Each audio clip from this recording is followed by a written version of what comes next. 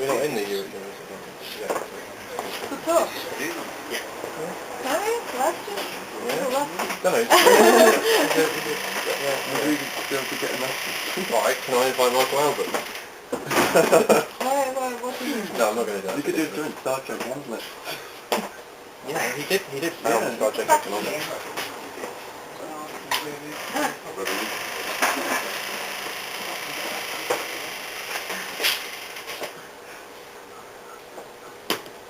Bohr said that he wants to be remembered not as a thinker, but as a strategist. And not this one. Get you off in a minute. Yeah, always on the wrong way. Oh, right. Yeah. Which is just this town. Oh, right. Get some glasses. Yeah, oh, I'm going to make one of this. Getting up early, isn't it? No, the guy organising the blue. Yeah, it's just gone. Good idea to buy him a Mama showed me when I came. Yeah. The person organising it has gone off to lose himself in an alcoholic drift around King's Cross. Oh, Angel. Next to the Mexican restaurant. Next to the Mexican I thought we were trying to get in. Are you trying to say where it is? Yeah. Right, basically, you know Angel Station. If you keep going up around the, like a two-tier path, pavement, like the pavement, and there's a big old pumping station, a bar. All right, thanks. Well, I was going to say, do you want to kick it off now? And opposite that, It's one of those for me. It's one of those for me. and a big bus stop that's got two tiers of pedestrians. And the top bit, Okay, there's a restaurant. you kick it off, Richard. Okay, well, welcome to Game of War at Houseman's Books. I have to explain, we're here to launch this little booklet, which is available. All buy it, I will sign you a copy. This is the script of a film that we did and communicate. There are some pre-communicates where I last went in the summer, so you can read those. So what we're going to do today is play Be the Boar's The Game of War. I should explain, I'm also writing a much longer book about this, and the very last games in the book are going to be this game and one we're doing on Wednesday. So you'll actually appear at the end of the book, if you're glad to know. So I thought it was very appropriate that Class War Games should end its campaigns in the pacifist book. So what we're going to do is divide you into two teams. This is Stefan looking out from Class War Games. I'm Richard Barber, in case you don't know who I am. What we will do is mentor you. The whole idea is to get you to actually play the game. So De Boer invented this game. Well, he started developing in the 1960s. Basically, he perfected it in the 1970s after the May 68 revolution, when he had to sort of run away to the countryside because the French secret police said, if you don't leave, Paris will kill you. The person who regaled this story to me, they threw her sister out of a fourth floor window because she didn't leave Paris when she was done. He did a tactical retreat. So one of the things he wanted to do while he was in the countryside, I mean, obviously he did writing and made films and drank a lot. But one of the things he did was develop this game. Now, this game has floated around since it appeared, but actually what's interesting, there's been quite a few articles written about it, and even Alex Galloway made an online version. But actually most of the academic stuff we discovered when we started playing, they actually haven't played the game. But they write about the game and the idea of the game and what the game is supposed to do, but they don't actually play the game. And one of the things we found that by playing, and particularly because his original board was about this big, but we made a sort of 2.5 times version, so it can be played by groups of people with alcohol and other poisons. Media. What? Unless you bring in the enhancing multimedia. Exactly. So what we did is when we started playing it, we realised that this is a proper game. This is not like actually the Bert Ullman's game, Class Struggle, which is a great idea, but it's actually not a very good game in my time. I mean, I played it in university, and being a teenage war game and ball game player, we didn't, in theory we liked it, but in practice we didn't. This game is actually a really good game. I have played this game with groups of people, and after an hour and a half, both sides were within one side of winning. I was playing this in Rio with some friends there, and they'd never played it before. And I said, literally, we had to look at the rules to work out whether somebody could move and take the final supply base to the other side. So he obviously spent an awful lot of time, as I know from having played in those games myself, to balance this game out, to actually make it interesting. There are, there's certain funky things about it, and as you see, like you have to do lots of calculations in your head and things like that. But the game itself, if it's played, if you just get into it, it's actually a really good game. The principles behind it and the sort of serious side of it is that for those of you who know about situationism, in one of the early editions of this International Situation, they talk about situationist gaming, which is going to be like Joe had Huizinga as a magic circle, and it will be like a little cooperative space. It's like the caucus race in Alice, where everybody gets prizes. What's interesting about this is it's not like that at all. This is not it's not a happening in that sense. What it is, it's training exercise. So he called it Kriegsspiel after the original Prussian game, which was used to train officers.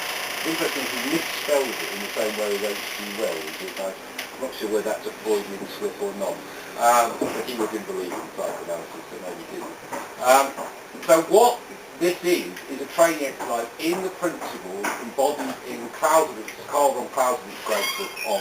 So it's got things like, the defence is stronger than the attack, outflanking is a good idea, sighting your enemy, and so on and so forth. So I think that the best way to learn to play the game is to play the game, actually.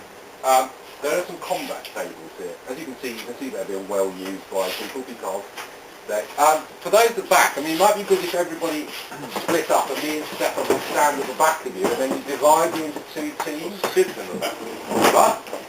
What? Well, yeah, I'll sit at the back. But you can come up. So if you can just move across a bit so you can get round the table.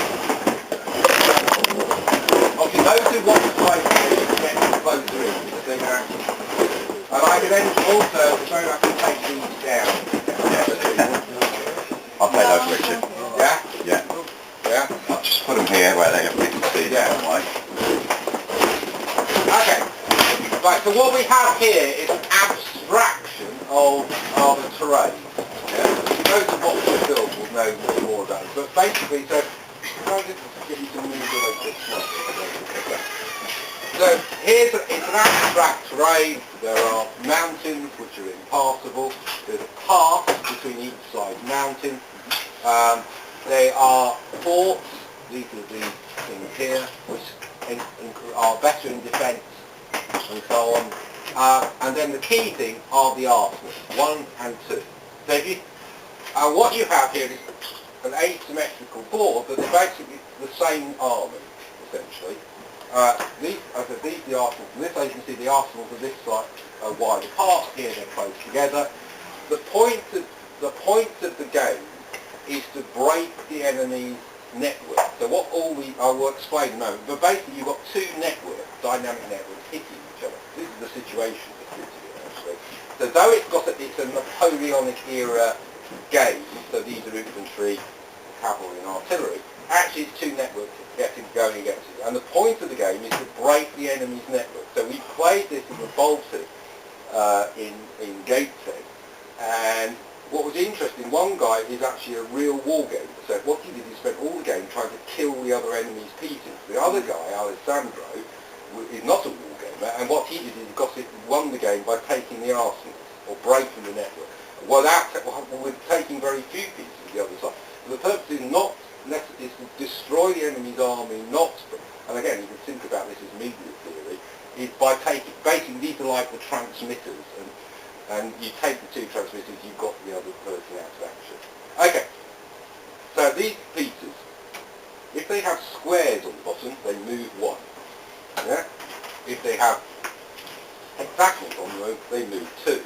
So there's actually 3 types. There's 3 types of infantry, which are basically good in defence, move slowly, and less good in attack.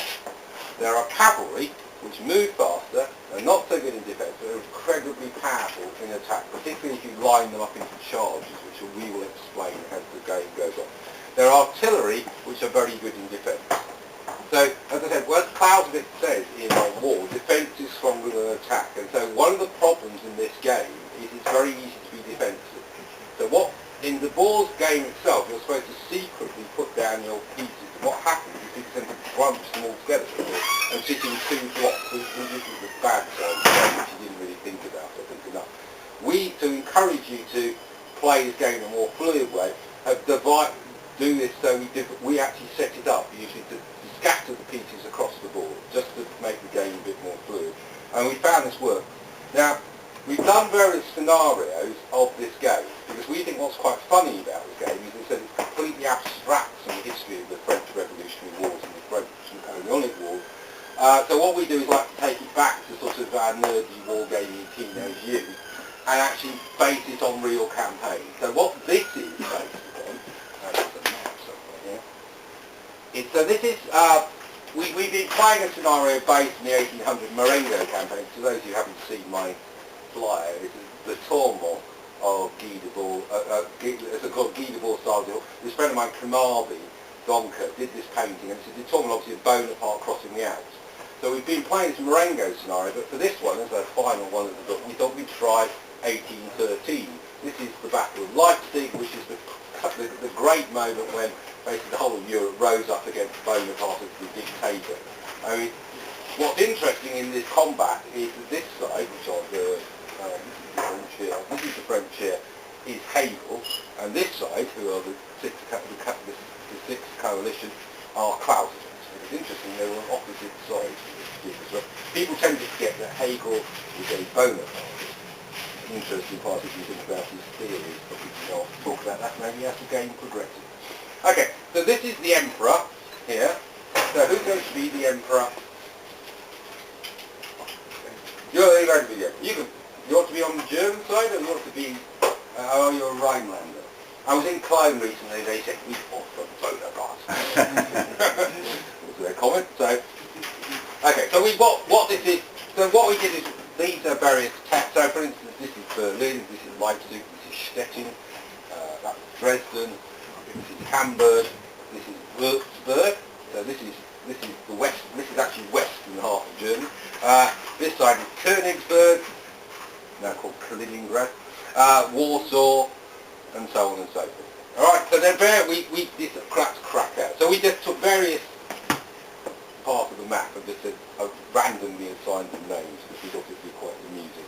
Okay, so what I want to do, you'll notice is that there are 9 infantry pieces, 4 cavalry pieces, and 2 of these artillery pieces. So there's 15 pieces. There are also these commander pieces, 1 foot general and 1 mounted general.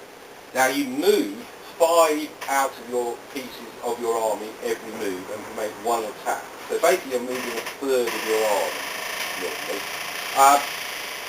The key thing is, as I said, is these arsenals. So your troops, if they're not connected with an arsenal, either horizontally, yeah, or diagonally, I think diagonally and orthogonally, I think is the technical term. Yeah. So in a straight line or a diagonal, to translate, they can't fight and they can't move. They're basically dead until you reconnect them. These are like the main transmitters, and what these generals are like sub-transmitters. So for instance, if my general was there, that piece was there, it would actually then be in communication because it goes, all the signal goes up there and then it goes all the way there.